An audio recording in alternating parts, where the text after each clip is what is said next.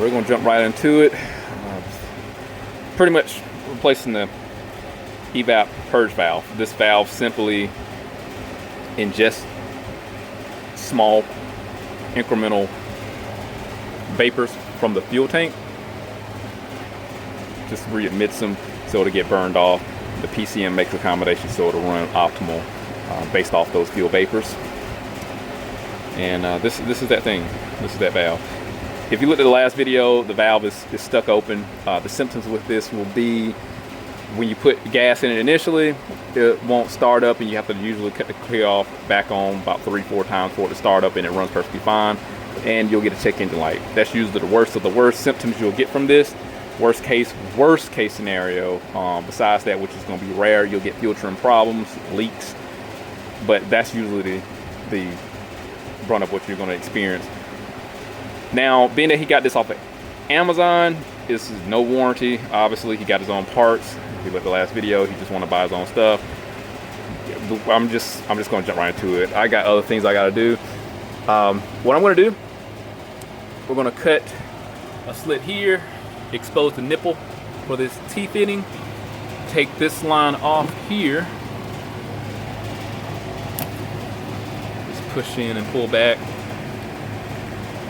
cut down, and we're going to expose the male-end nipple there. And then we have some universal hose we're just going to add into it, call it a day.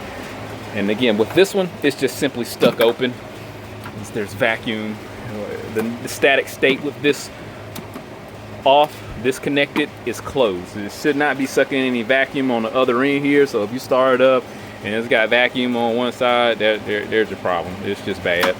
And I'm just going to go ahead and demonstrate that since this video's dedicated for replacing this, so you know what you're looking at.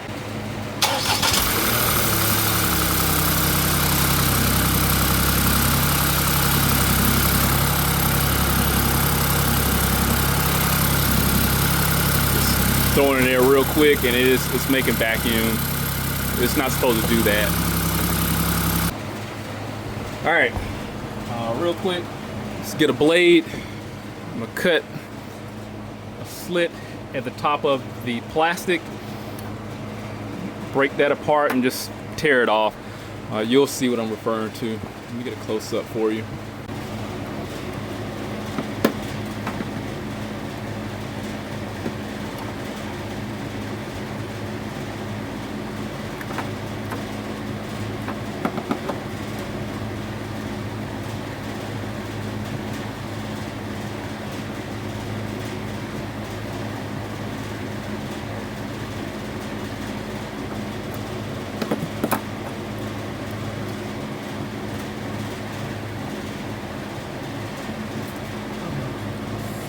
Damn it.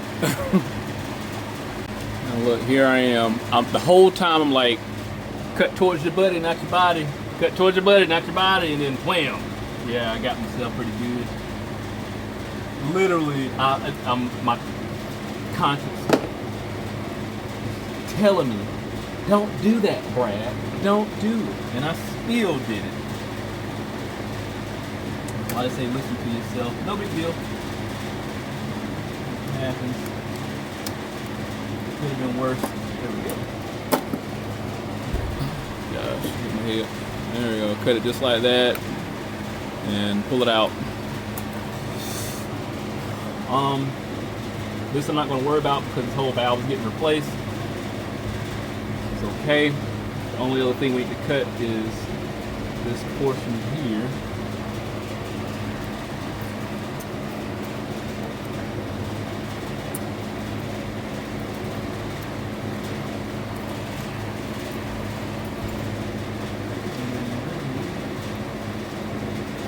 Very discretionary if you decide to put the heat shield back on this. I'm not.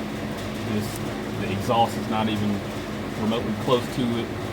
I can understand why it may be a good idea too.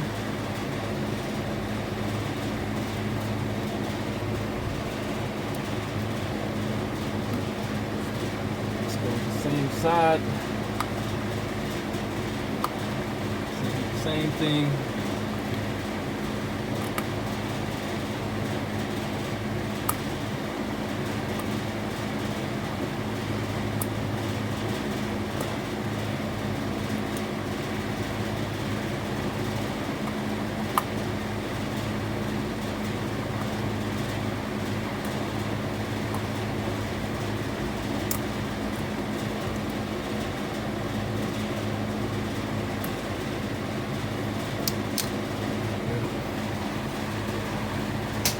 that. Alright, so the only thing we need to do, we need some hoses. And let me show you what I got. Y'all know I frequently patronize O'Reilly's Auto Parts. This is just some fuel injection hose here. This is 3/8. This is a little bit thicker than what I want to deal with. I also got some crankcase hose. This is what I prefer. The 11/32, 2 feet. You're probably going to need 2 of these. And you can see the difference. The 11/32 here on the left, 3/8 on the right.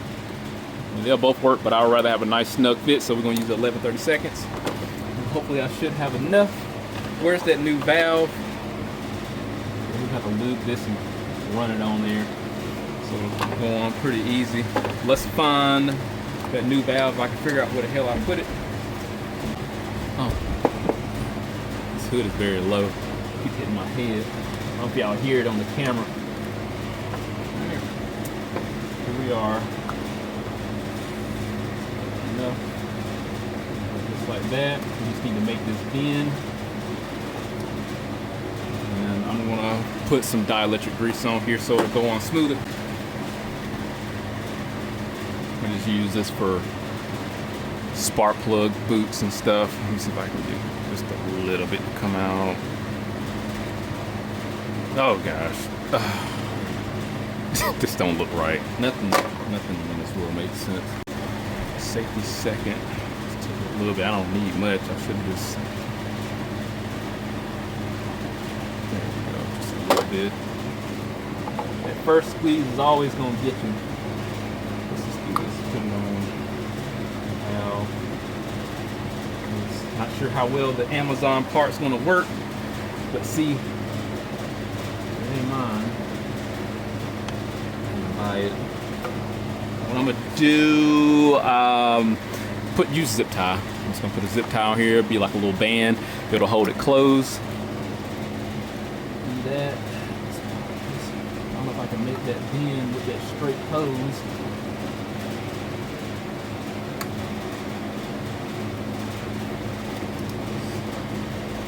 Right there.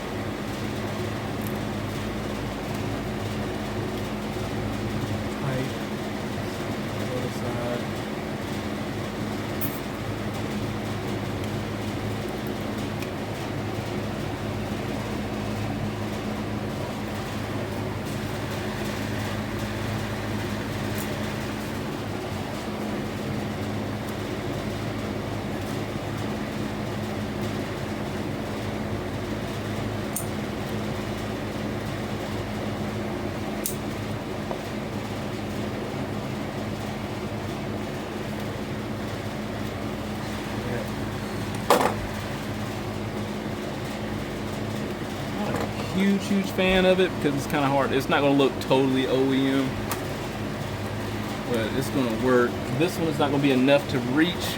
I probably could take this back and get the appropriate size. I'm just going to use 2 different sizes. Unfortunately, I just don't feel like going back to the part store. And it's going to work just fine for what he got. You can see how the difference in dimensions, how much larger this other hose is. And it's really the only place that, well, this side makes a bigger difference than this side here where it gets the vacuum, because this needs to be sealed. This blocks everything off and gets sealed. And the system is able to run its Evap test.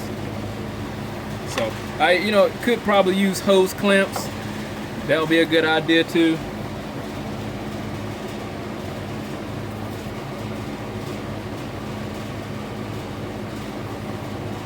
there.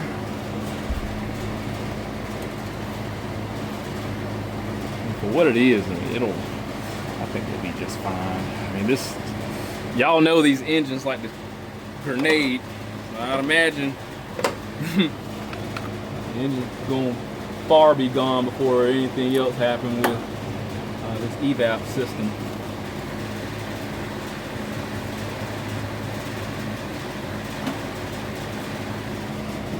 Personally, should have used the 1130 seconds hose for both sides. I should have bought 2 packs of that. I'm gonna cut this end. This end off. There.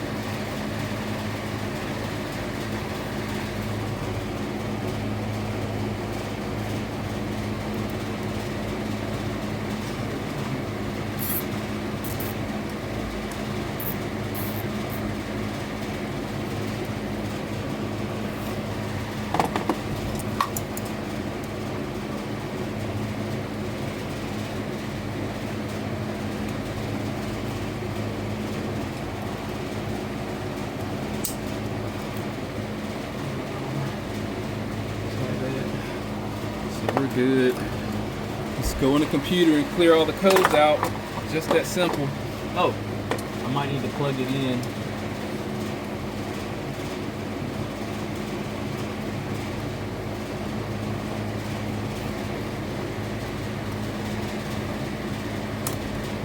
There we go.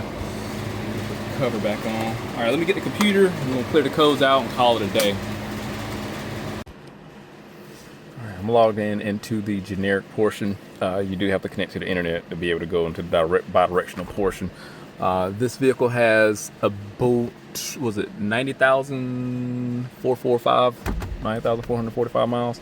So let's try to clear these codes out and see what it says. If it'll give me the ability to.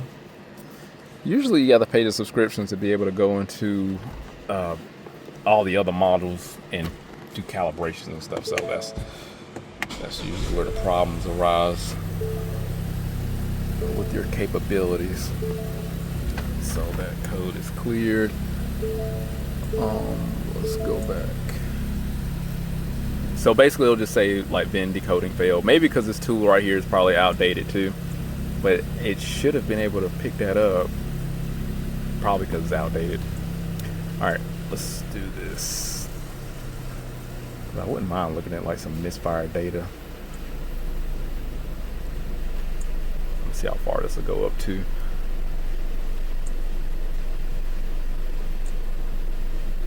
Ford Bronco. Nope. See, yeah, doesn't even have that in there. Yeah, I'm gonna have to get my other scan tool to determine if I could go into the other bidirectional portion and what that's like. But I'm gonna be honest, for as simplistic as this repair was and what was needed, just needed some generic information just to clear the code. It wasn't like I was doing any bidirectional testing.